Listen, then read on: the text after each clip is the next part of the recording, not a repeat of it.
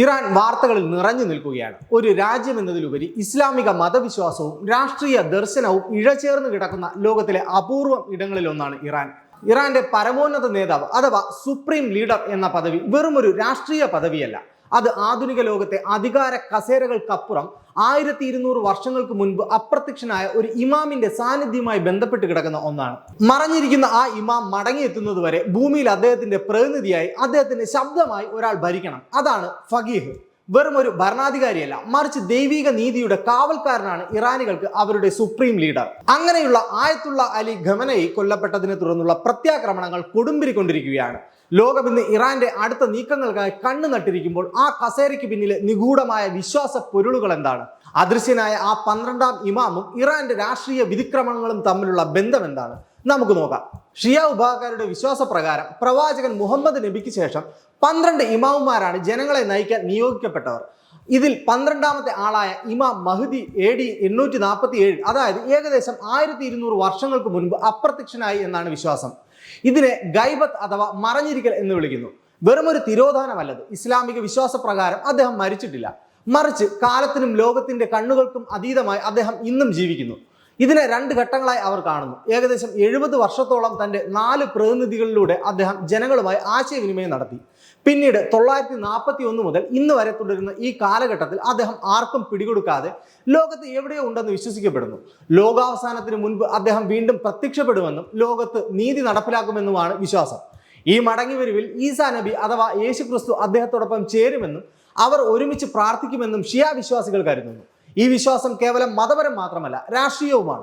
പാശ്ചാത്യ രാജ്യങ്ങളുമായുള്ള, പ്രത്യേകിച്ച് ക്രൈസ്തവ ഭൂരിപക്ഷ രാജ്യങ്ങളുമായുള്ള തർക്കങ്ങളിൽ ഇറാൻ ഈസാ നബിയുടെ പക്ഷത്താണെന്നും പാശ്ചാത്യ ഭരണകൂടങ്ങൾ അദ്ദേഹത്തിന്റെ മൂല്യങ്ങളെ വഞ്ചിക്കുകയാണെന്നും ഇറാനിയൻ ആത്മീയ നേതാക്കൾ പലപ്പോഴും വാദിക്കാറുണ്ട്. ഭൂതകാലത്തിലെ ഈ വിശ്വാസവും ഭാവിയിലെ ആ വലിയ പ്രതീക്ഷയും തമ്മിൽ കൂട്ടിമുട്ടുന്നിടത്താണ് ഇറാന്റെ ഇന്നത്തെ രാഷ്ട്രീയം രൂപപ്പെടുന്നത്. ഈ 1200 വർഷത്തെ കാത്തിരിപ്പാണ് ഇറാന്റെ രാഷ്ട്രീയത്തിന് പിന്നിലെ ഊർജം.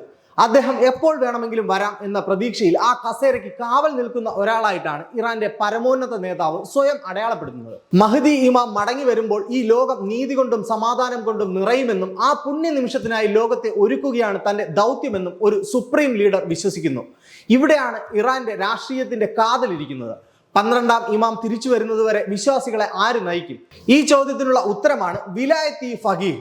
1979 ഇറാൻ വിപ്ലവത്തിന്റെ ശില്പി ആയത്തുള്ള ഖൊമേനിയാണ് ഈ സിദ്ധാന്തത്തെ ആധുനിക രാഷ്ട്രീയത്തിലേക്ക് കൊണ്ടുവന്നത്. ഇസ്ലാമിക നിയമജ്ഞന്റെ രക്ഷാകർതൃത്വം എന്നാണ് ഇതിനർത്ഥം. അതായത് മഹ്ദി ഇമാം തിരിച്ചു വരുന്നത് വരെ ദൈവിക നിയമങ്ങളിൽ അഗാധ പാണ്ഡിത്യമുള്ള ഒരു ഫഖീഹ് ജനങ്ങളെ നയിക്കണം.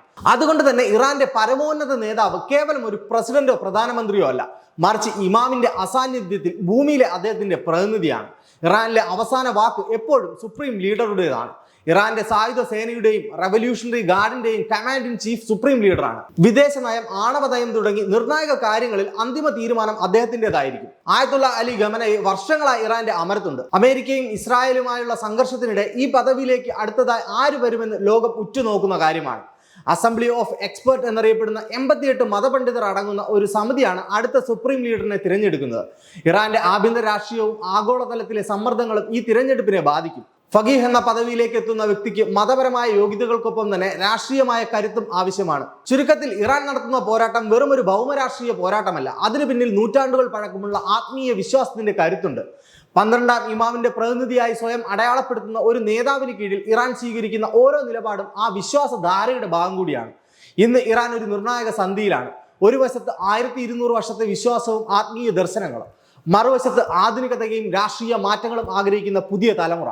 അടുത്ത സുപ്രീം ലീഡർ ആര് എന്ന ചോദ്യം ഉയരുമ്പോൾ അത് കേവലം ഒരു വ്യക്തിയുടെ മാറ്റമല്ല, മറിച്ച് മിഡിൽ ഈസ്റ്റിന്റെയും ആഗോള രാഷ്ട്രീയത്തിന്റെയും ഭാവിയെ സ്വാധീനിക്കുന്ന ഒന്നായി അത് മാറും.